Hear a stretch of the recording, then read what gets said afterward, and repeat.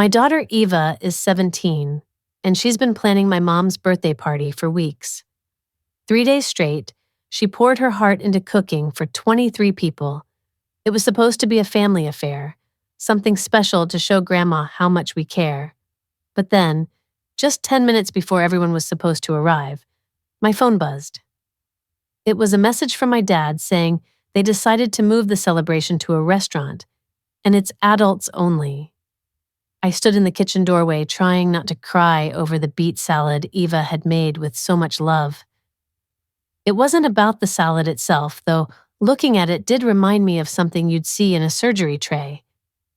It was about the effort Eva had put into it all, bouncing around the kitchen as if her future depended on whether Grandma liked her lavender glaze.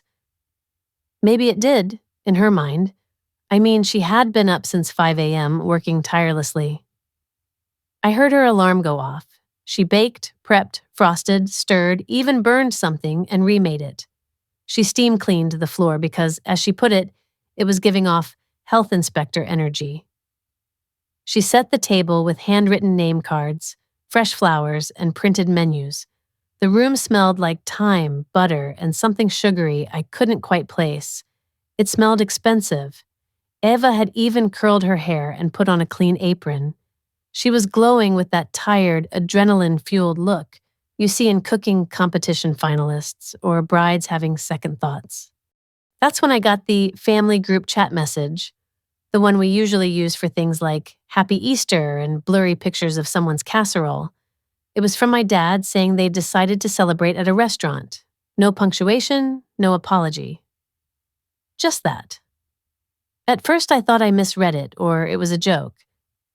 But Eva had just pulled a tray of sugar-free pear tarts out of the oven, humming away, completely unaware. I stepped into the hallway to pretend I was taking a call, but really I was trying to stop my hands from shaking. I stared at the message. We've decided. Not I. My mind couldn't wrap around it. I called my dad first. It rang twice before he answered, sounding cheerful. I asked if he got the message. He said, "Yep, just sat down. The menu looks great. Everyone's here." I asked about the change of plans, about how Eva had been cooking for 3 days. He was quiet for a second before saying, "Oh well, tell her not to take it personally. She can freeze the leftovers, can't she?" And then he hung up. I stared at the phone, feeling a mix of disbelief and anger. Next, I called my mom. She answered like everything was fine. I asked if they really weren't coming. She sighed and said they thought it would be more convenient and didn't want to risk anyone getting sick from food cooked by a child. I tried to argue, saying Eva had taken classes, built a menu, and even made diabetic options. But my mom cut me off, saying it wasn't real cooking like at a restaurant. I hung up, not trusting myself to keep calm. I called my sister, hoping maybe she didn't know about the change of plans. But she knew. She told me not to guilt everyone over this, saying Eva was being dramatic and needed to learn that not everything is about her. She said none of them wanted to be Eva's test subjects, like my daughter was some sort of lab experiment. My jaw tightened hearing that. I remember the moment so vividly, like a scene that just won't stop playing in my head. There I was, in the middle of a conversation, and I hung up the call without a second thought. I didn't care what she had to say next. I just stood there, trying to remember how to breathe, feeling the weight of something heavy inside me. Behind me, Eva was still talking, asking about the pomegranate glaze and the lighting. She wanted everything to be perfect, to feel like a real restaurant, but not too fancy. And then she stopped talking. I turned to look at her, and my face must have given away everything because she just stopped mid-sentence. Her eyes moved down to the phone in my hand, and before I could react, she took it from me. I wasn't quick enough to stop her. Her thumb opened the group chat, and she scanned the messages. Then she saw the photo. It was a picture of a long table, glasses clinking, my sister's kids smiling for the camera, plates full, my mother beaming, my father with a wine glass raised. Eva looked at it for a moment too long, and then she hit call, saying, "Grandma." I couldn't hear the other side of the conversation, but I watched her nodding, and then she stopped nodding. Her face just crumpled like someone had punched her in the chest.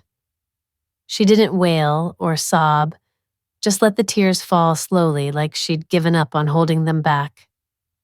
I reached out for her, but she stepped away, placing the phone down gently as if it might shatter.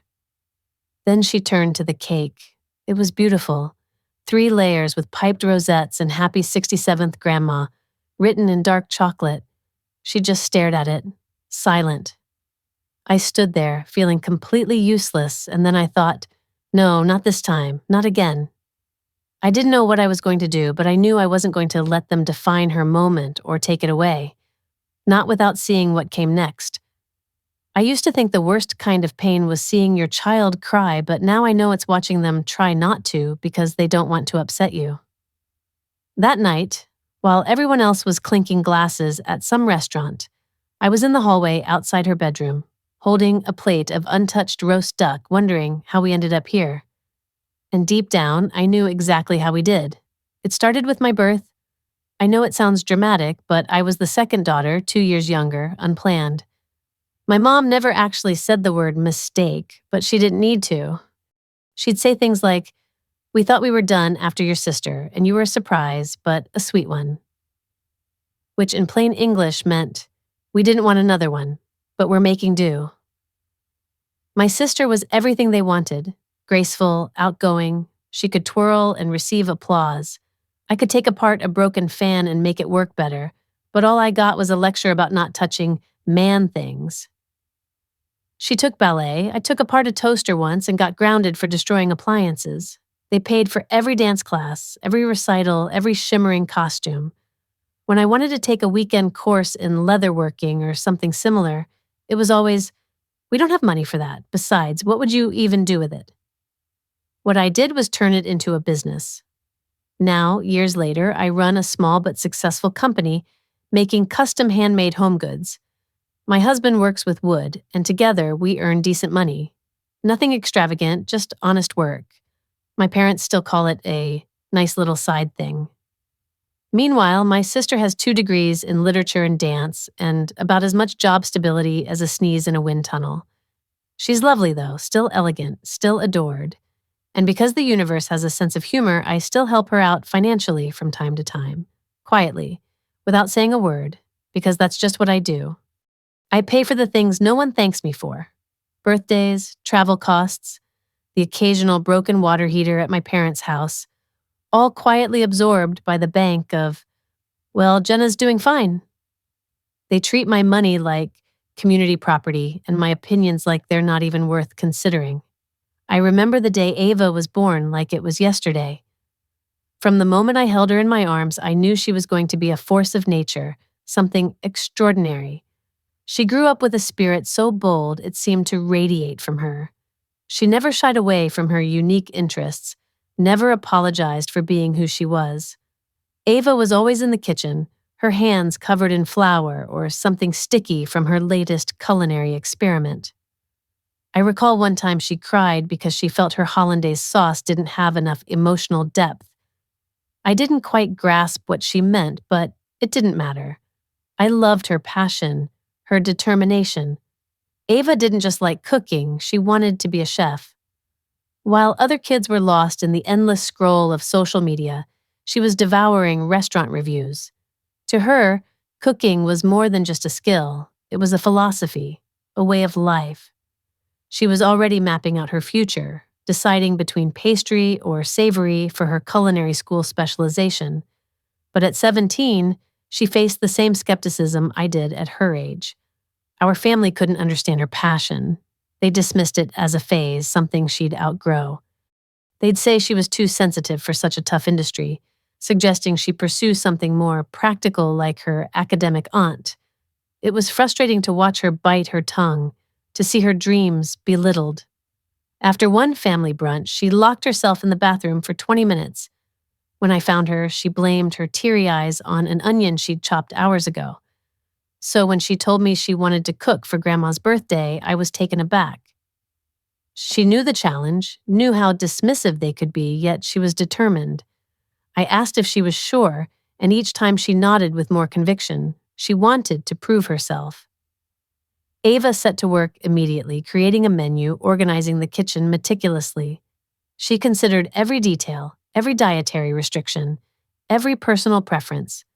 My dad hated mushrooms. My mom swore cilantro tasted like soap. She adjusted for everything. She used her own savings to buy ingredients, tested recipes tirelessly, even borrowed a friend's cake turntable for practice. Every night she showed me her checklist, beaming with pride at each completed task. "Do you think they'll like it?" she'd ask. I always said yes, but it pained me. She felt the need to ask. That morning, she was up at 5 a.m., no exaggeration. I woke to the sound of pans clattering, the gentle hum of classical music that helped her focus. Her heels tapped rhythmically on the tile as she moved between the oven and the counter. By 4 p.m., she looked exhausted, but there was a glow about her, a sense of fulfillment. It was as if she was doing exactly what she was meant to do. But then, everything fell apart. They didn't show up, all of them. My parents, my sister, my niece and nephew, they chose to go to a restaurant instead. Even the ones who usually arrived late with store-bought dip made it to the restaurant. The only ones missing were me and Ava, who had spent days preparing a 3-tier cake with Happy 67th piped in dark chocolate curls. They didn't just reject her food, they rejected her, and they didn't even bother to cover it up with a lie. But there's more to the story. That night, while Ava sat in her room, feigning interest in her phone, I received a text. It was a payment notification. My business card, which I occasionally used to cover family expenses, had been charged $1,327 to $90. It was from the very restaurant they were at, the same number of guests. They used my card to pay for the dinner that replaced my daughter's lovingly prepared meal. I stood in the kitchen, still holding one of her tart crusts, staring at the charge. My first reaction was to laugh. It was that, or smash a plate. But then a wave of quiet, furious clarity washed over me. They hadn't just erased Ava, they made me pay for it. They expected us to accept it silently, to let it go unchallenged. But they were wrong. I should have been the calm, collected mother offering soothing words of wisdom, but in that moment I couldn't. I still remember that evening like it happened yesterday. The kitchen felt like the center of the world, and there was Ava, standing so still and tense in front of her cake. Her hands were tight fists at her sides, as if she wanted to hurl something across the room but couldn't bring herself to destroy her own creation. I understood why. That cake was a work of art. She had spent hours meticulously piping chocolate lace along the bottom and adorning the top with candied edible violets. It was the kind of cake you'd expect to see on display, encased in glass and admired from a distance. Ava turned to me, her eyes red and puffy, and said that maybe we should just throw everything out. I was stunned. "No, Ava, we can't do that. If they won't appreciate what you've done, someone else will." But who? I had no idea at that moment, but I was determined to find out. My hands were already reaching for my phone, driven by an urgent need to transform the disappointment of the evening into something else entirely. I called my husband first. He was still at work, and somehow that only added to the mix of emotions boiling inside me. I told him I needed him home immediately. He didn't question it, just said he'd be there in 20 minutes. Then I began reaching out to everyone else I could think of. Old friends, neighbors, even my cousin Sam, who often got sidelined for speaking his mind too loudly at family gatherings. I reached out to people from our local community group, a woman I barely knew from a charity bake sale, even my dentist's receptionist. I didn't care. I was honest with everyone I called. My daughter had spent 3 days cooking for her grandmother's birthday, and they'd all bailed on her. She had prepared 23 meals. I needed people who could come and eat. This wasn't an invitation. It was a call to arms. To my surprise, people responded quickly. By the time my husband arrived, there were already 2 cars parked in our driveway. One neighbor brought a bottle of wine, and their entire extended family who had no other dinner plans. A woman from a book club, I had attended 2 years ago, showed up with her teenage son and a bouquet of tulips she'd grabbed on the way. It was astonishing how quickly word spread. It was like watching a protest assemble, not with signs, but with food. Ava was initially horrified by what was unfolding. She stood in the hallway whispering to me, asking what on earth I was doing. I told her I was saving her dignity and her dessert. I asked her to help me find more chairs. She looked at me like she couldn't quite believe what was happening. But I insisted. She had cooked for 3 days and made something amazing. This was not about pity, it was about standing up and saying this is worth celebrating. That seemed to resonate with her, at least enough to stop her from questioning me further. We hurried to set up 2 folding tables and began laying out all the food. By the time the third wave of guests arrived, Ava had retreated to the kitchen to reheat dishes and quietly fret over the temperature of the sauces. That's when things took an unexpected turn. A journalist showed up. I hadn't invited her. Someone else had. She was a friend of a friend in the food media world. She walked in with a small camera bag and an eagerness for a story. She told me she'd heard what had happened and asked if she could sample a few things. I glanced over at Ava, who stood frozen by the oven, wide-eyed like a deer caught in headlights. I answered for her, handing the journalist a plate. The journalist didn't just taste the dishes, she photographed them, asked about ingredients, took notes. At one point, she leaned in close and whispered to me that Ava was better than some of the professional chefs she had reviewed. I felt a lump in my throat. I urged her to tell Ava that. As the evening continued, the crowd began to settle in. All 23 seats were filled. Ava peeked out from the kitchen looking like a nervous raccoon and asked if she should serve the appetizer. I told her no, she should serve her entire menu. And she did. The room fell silent as the first course was served. Then came the appreciative murmurs. People were genuinely impressed. By the time the main course was served, there was applause. When dessert arrived, someone stood up to toast Ava. They praised her for creating an entire feast, for not giving up when she was let down, and for making food that was better than anything they had ever paid for. She received a standing ovation, and just when it seemed like the night couldn't become any more surreal, another cake appeared. Not Ava's, but it was still a moment to remember. I remember that night vividly, like a scene replaying over and over in my mind. It was supposed to be a celebration, a special night for my grandmother's birthday, but it turned into something else entirely. Ava, my niece, had worked so hard. She was just a teenager, but she had this passion for cooking that was undeniable. I watched her in the kitchen, moving with such determination, preparing a meal for 23 people. She was doing it all on her own, and the pride in her eyes was something I hadn't seen before. But then plans changed. Without notice, the family decided to take my grandmother to a restaurant instead. They didn't even consider Ava's efforts. They used my card to pay for their meal, leaving Ava and me behind. I stayed with her. She was devastated, but tried to mask it with a smile. I could see through it, though. It was a smile that barely touched her eyes. I let myself breathe, knowing she needed someone to be there for her. That night felt endless. At 2 a.m., I was still up when I got a text. It was a link to an article from a journalist who had been at our house earlier. I clicked it, and there it was, a feature about Ava. It wasn't just about her food. It was about what had happened, the whole story. How she had planned this dinner, how she was left behind. They didn't name my parents, but they named Ava, and it was clear to anyone who read it who had stayed and who had left her in the lurch. I stared at the screen, feeling a mix of shock and something indescribable. I scrolled to the comment section, and it had already started. People were amazed by her, asking where they could taste her food and questioning how her family could leave her like that. I looked over at Ava, asleep on the couch, still wearing her apron, hands curled as if she was still holding a spatula. I knew this was far from over. The article was causing ripples, and some people wouldn't like what it would bring. There's a silence that comes right before someone knocks on your door in anger. It's not the kind of silence you notice until it's gone. I was washing dishes when it happened.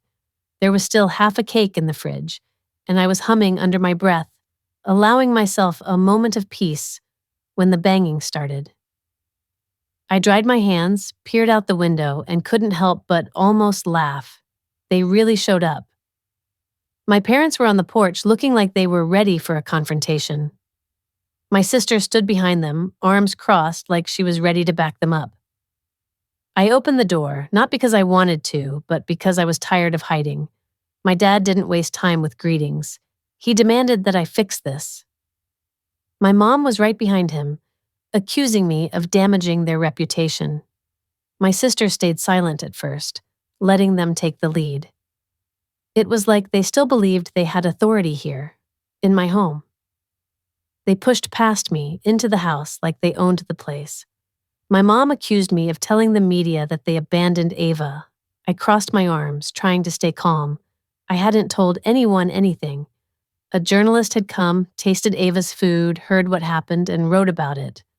Honestly, I thought they were pretty gentle in their portrayal. My dad pointed at me, saying it was a joke to me. He complained about everyone at church, our neighbors, even his golf group. I raised an eyebrow, not letting him see how much it bothered me. My sister finally spoke, telling me I needed to say it was all exaggerated, taken out of context. I looked at her, incredulous. Out of context? Did I imagine the charge on my card from the restaurant? Did Ava make up the photos they posted? My mom's voice broke. She said Ava made them look like monsters. I told her quietly that they'd done that themselves. Ava just cooked. That's when things escalated. They weren't talking to me anymore. They were talking over me, around me, accusing Ava of being dramatic, ungrateful, of using the internet to seek attention. My mom turned to Ava, who had come into the hallway, and said something that felt like a slap. Ava should be ashamed of herself, she said. I couldn't believe what I was hearing. I wanted to say something, to defend her, but I was overwhelmed. Ava looked at her grandmother, eyes wide, and I could see the hurt in her expression. I stepped in front of her, trying to shield her from their words. I told them they had no right to talk to her like that. My dad shook his head, saying she had humiliated them. I couldn't understand how they didn't see what they had done, how they had hurt her. Ava had done something incredible, and instead of being proud, they were angry. I tried to stay calm, to keep my voice steady. They needed to hear the truth, even if it was hard for them to accept. I told them Ava was talented, that she had done something amazing, that she didn't deserve their anger. My mom wouldn't listen. She kept saying how Ava had ruined things for them. I felt like I was talking to a wall. I turned to my sister, hoping she would understand, but she just looked away. I realized then that they wouldn't change. They were too caught up in their own world, too concerned with appearances to see what really mattered. I felt a wave of sadness, not just for Ava, but for all of us, for what we had lost. I asked them to leave. There was nothing more to say. They argued, but I stood my ground. They couldn't stay here, not if they were going to keep attacking Ava. I watched as they left, feeling a mix of relief and sadness. I turned to Ava, who was still standing there, and hugged her tight. I told her she was amazing, that she had done something incredible. She nodded, tears in her eyes, and I knew it would take time for her to heal, but I promised I would be there for her, no matter what. We sat together, talking quietly, trying to make sense of everything that had happened. I told her it was okay to feel hurt, that she didn't have to pretend to be strong all the time. She leaned against me, and I could feel her relax a little. I knew it would be a long road, but I was determined to help her find her way. As the night went on, I felt a sense of peace start to return. It wasn't much, but it was a start. And sometimes that's all you need. I remember that day so clearly. It was like everything was happening in slow motion. Yet it all went by so fast. One moment, I was just standing in the doorway, trying to make sense of what was going on. And the next, I found myself between them and my daughter. I didn't even think. It was just instinct. Then my husband walked in. He didn't need to ask any questions. He saw their faces, saw Ava's tears, and he just knew. He stepped in, and with a calm but firm voice, he told them to leave. My dad just laughed, thinking it was some kind of joke, calling it a family matter. But my husband was having none of it. He told them this was our home, that they had come here to yell at a 17-year-old girl who had just cooked them dinner, and that they were not going to hurt her again.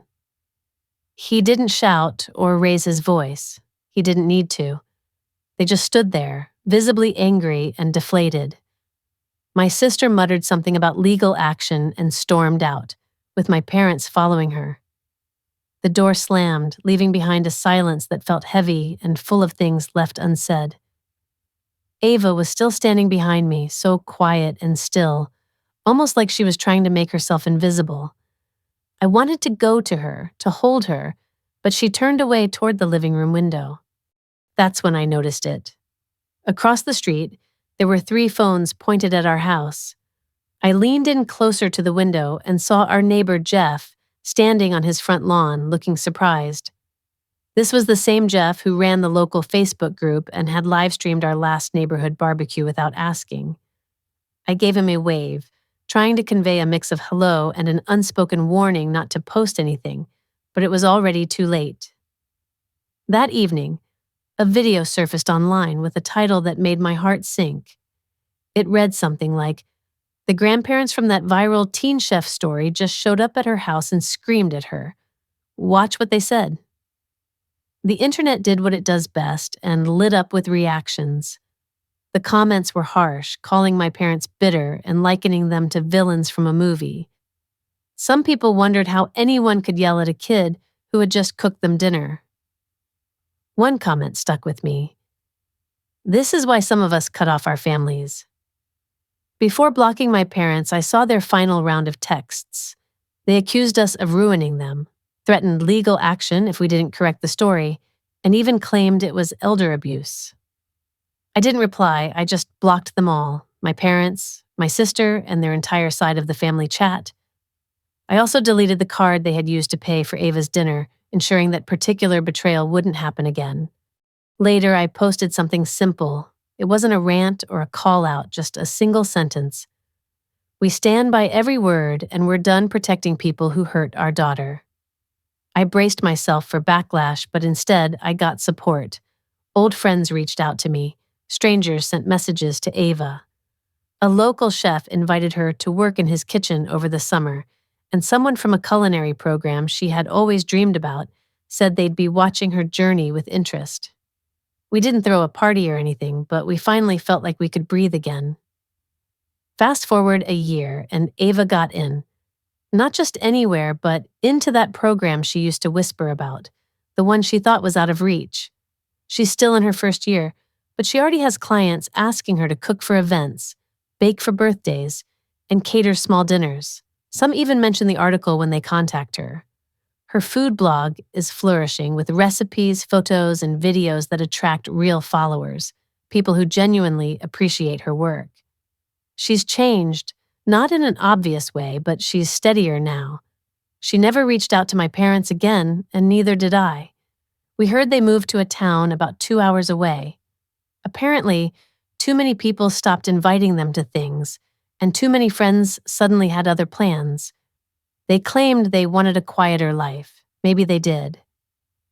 Ava never got a real apology, and I never got reimbursed for that dinner, but we gained something more valuable: clarity and peace. Ava's future is something she built with her own 2 hands, and nobody can take that away from her.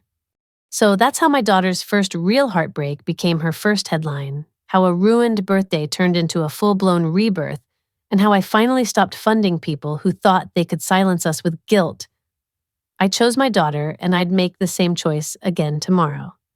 But I sometimes wonder, did I go too far, or just far enough? Let me know what you think. And if you want to hear more stories like this, don't forget to subscribe and hit the bell icon.